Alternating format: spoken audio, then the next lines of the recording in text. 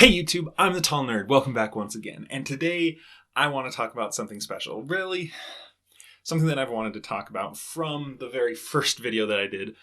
But I didn't because it is, I don't know, some people love it, like me. Other people's, not so much. And a lot of people have just quite frankly never heard of it before.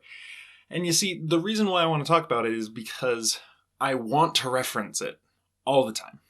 I want to use a certain vocabulary that doesn't really make sense unless you know what I'm talking about. So yeah, I've had enough of this. I'm finally going to talk about this. And I'm finally going to, be able to refer back to this, point people towards this video and say, okay, that thing, go there. I'll explain what it is that I'm talking about. And the thing that I want to talk about today is a website called TV Tropes. tvtropes.org. It is an awesome website. If you hang around, creative type people a lot, or even just listening to like reviewers, for example, then you've probably heard the word trope tossed around in casual conversation at least once or twice. Now, there are plenty of dictionary definitions for what a trope is. Go punch it into Google, it'll come up with a whole bunch of them. But one of the very first results will be for this website, TV Tropes, because it is awesome. But the thing is that tropes, even just reading the definition or hearing people refer to it, it doesn't give you a really good idea of what a trope is. And honestly, I hesitate to even attempt to explain what a trope is because I know that I won't do a good job of it because it's just a very kind of difficult concept to explain. On the surface, a trope is just a figure of speech. It is a tool that writers can use to evoke a certain reaction from readers. And that is not a very good description. So how about some examples instead? Have you ever been watching a movie or talking about movies or books or whatever and gone, oh yeah, I hate that thing where when you defeat the boss, all of a sudden their fortress falls down around you. Or, hey, you know that thing in action movies where, they do something that's completely ridiculous and totally impossible, but you just don't care because it's that awesome? Or that thing where there's always stuff in the background that looks like it's not important, but it gets some focus on it. So, okay, that thing's going to be important later. Those are all tropes on TV Tropes. Each trope is going to have its own name so that you can reference them more quickly. So that when you're in conversation, you can say, oh yeah, that's no ontological inertia. That is a Chekhov's gun. That is hanging a lantern on it. All these kinds of stuff.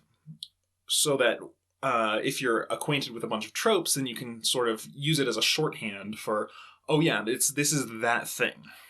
And the thing with TV Tropes is that it has a page for each one of those tropes where it explains what it is, and then it lists a bunch of examples from anime and manga and TV and movies and books and cartoons and everywhere, so that you get a really good idea of what that trope is.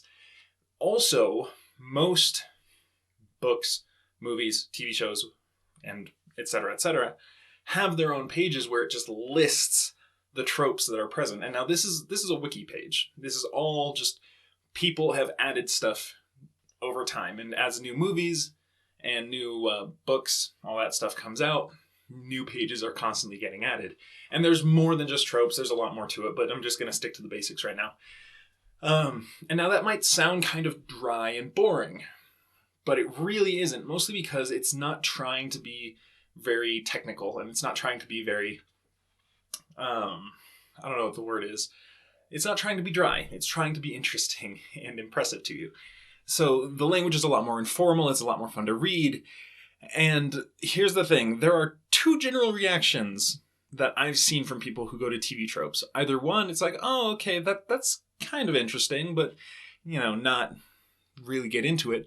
And then there's my reaction where I found it for the first time, looked up a couple of movies that I liked, a book series or two, And all of a sudden, the next thing I know, it's like 3 hours later and I have like 40 tabs open on my internet browser. I'm just like, oh my gosh, what's going on? How did this happen? But okay, I need to close all these, but I want to read what's on them first. So be warned, it is very easy to lose hours and hours of your life on this site. It even has a page dedicated to it entitled TV Tropes Will Ruin Your Life. There are some other reasons why it might too, but I'm not going to get into those. So it's just, for those of you out there who like to analyze your media and analyze your fiction, this is a great website for you. It's a great chance to take an in-depth look and kind of peek behind the curtain at the pieces that come together to make your favorite forms of media. And not just that, but also to see similarities between different franchises or series or whatever else that you might not have noticed before, because you realize, hey, these are sharing a lot of the same tropes. You know, they're showing up on a lot of the same pages. And so that's really interesting, but I want to give a warning with that as well. And that is this. I have a friend of mine, actually this is the guy who introduced me to TV Tropes. And he, a lot of times, he will go on there and he will read a series tropes page.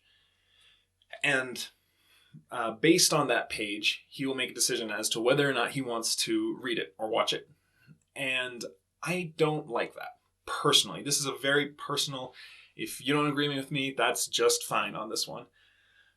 Because what I've found is that every show or book or movie, whatever form of media you're talking about, it is always or almost always more than just the sum of its tropes. You can have the same set of tropes, but depending on how the writers choose to play with them, or have them interact with each other, and just how the characters are set up, other things, just because you have the same tropes doesn't mean that you end up with the same series. Every trope is a tool. It's something that writers can use to, get the audience's attention and to get them interested in what's going on, and to sort of play on expectations that have built up in audience consciousness over many, many years. But they're just tools. They're not the entirety of the story. So I would warn that,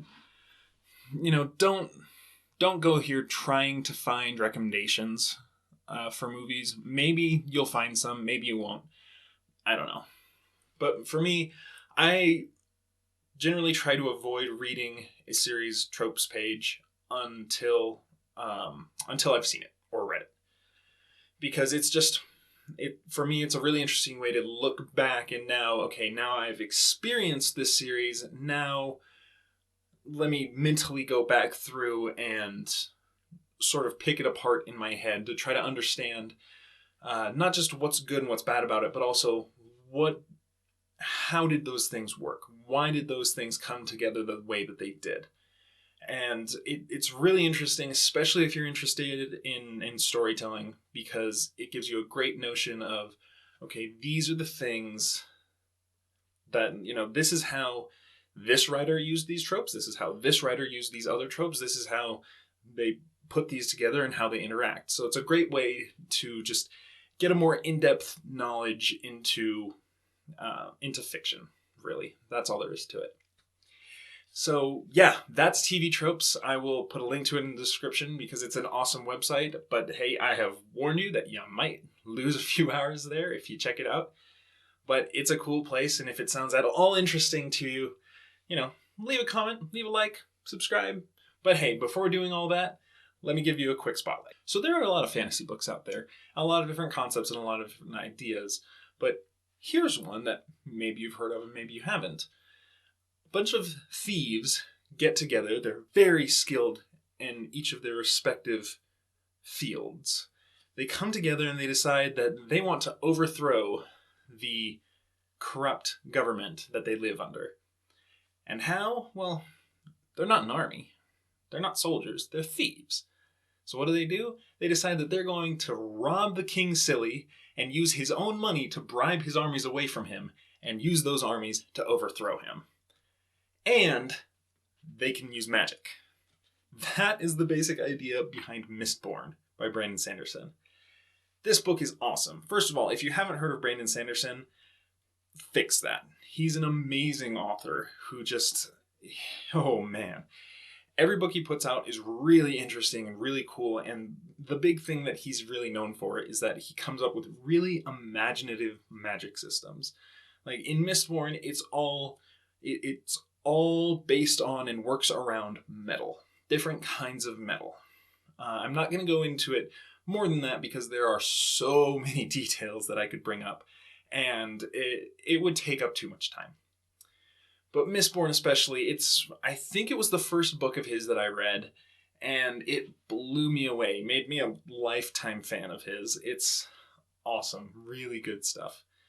So if you like capers, Ocean's 11, stuff like that, think Ocean's 11 meets Harry Potter. That's a really bad way of explaining it, but that's the first thing that came to me. So if you've got a chance, and if that sounds at all interesting to you, I highly recommend picking up Mistborn by Brandon Sanderson. All right, that's everything that I've got for you today. If you liked anything that I had to say, please, like, comment, and subscribe so you can get more videos of me talking about nerdy stuff like this and referencing tropes all the time from now on.